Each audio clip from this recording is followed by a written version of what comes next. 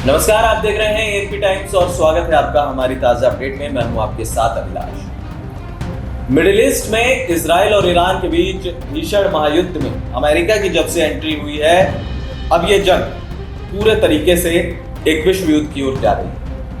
लगातार 11 दिन से चल रहे युद्ध को लेकर अब बड़ा बवाल मचा हुआ है। इजराइल और अमेरिका का साफ कहना है कि ईरान परमाणु बम नहीं बना सकता, उसके पास परमाणु बम नहीं होने चाहिए। ईरान अपनी दुहाई दे रहा है कि हम अपने लोगों की रक्षा के लिए परमाणु बम बना रहे हैं और हम किसी भी कीमत पर नहीं रुकेंगे। इस एक मुद्दे को लेकर दुनिया में तमाम देश एक दूसरे के समर्थन में उतर रहे हैं।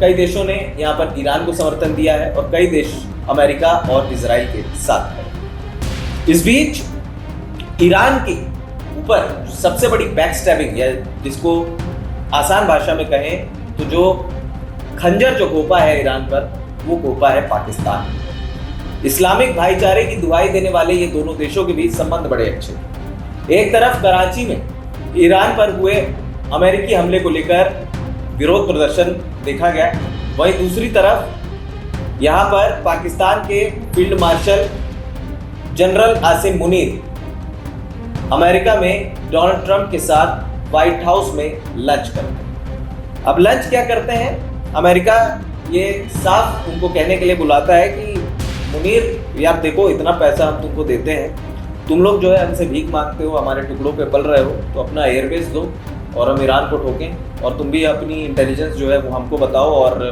पूरी जानकारी दो ताकि हम ईरान को ठोकें। अब आसिम मुनीर भी कहते हैं कि भाई ठीक है, पैसा आप दे रहे हैं, जो जिधर दम उधर हम, आपने हमें पैसा दिया है, हम आपका नमक खा चुके हैं और हम जो है ईरान की पीठ में खंजर घोंपने से बिल्कुल भी पीछे नहीं होते।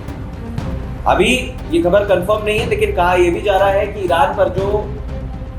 ईरान के जो 3 ठिकानों पर जो हमले हुए हैं, उन हमलों को लेकर यहाँ पर ये साफ कहा जा रहा है कि पाकिस्तानी एयरबेस इस्तेमाल हुए थे, और अगर एयरबेस इस्तेमाल हुए हैं तो वहाँ की इंटेलिजेंस ने भी ईरान को लेकर अमेरिका को खबर दी होगी, और कई तरीके की खबरें जो है वो मार्केट में चल रही हैं। इस बीच ईरान को अब ये समझना होगा कि देखिए, पाकिस्तान तो वो ऐसा मुल्क है कि खैर एक कहते हैं ना कि बिगड़ी हुई बाप की बिगड़ी हुई औलाद, तो ये कहना गलत नहीं होगा। ये 1947 में जो गांधी जी और नेहरू जी ने जो गलती की है, वो गलती आज हिंदुस्तान तो भुगत ही रहा है, और अब शायद ईरान भी भुगत रहे हैं, क्योंकि इसको जो पैसा देगा इस मुल्क को, ये उसके साथ खड़ा हो जाएगा। अब चाहे वो चाइना नाराज हो या चाइना से भी पैसा ले लेंगे तो ये फिर अमेरिका के खिलाफ भी बोल सकते हैं। तमाम तरीके की बातें जो है वो सामने आ रही है। इस बीच बताया जा रहा है कि भारत के प्रधानमंत्री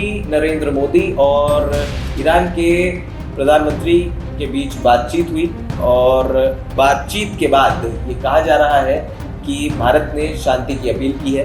भारत ज़्यादा कुछ फिलहाल इसमें कर ही नहीं सकता, क्योंकि एक तरफ तो पाकिस्तान को भारत तबाही कर चुका था अगर अमेरिका बीच में नहीं आता, या यूँ कहें कि पाकिस्तान की तरफ से पहल की गई कि अब इस जंग को रोका जाए और सीज फायर किया जाए।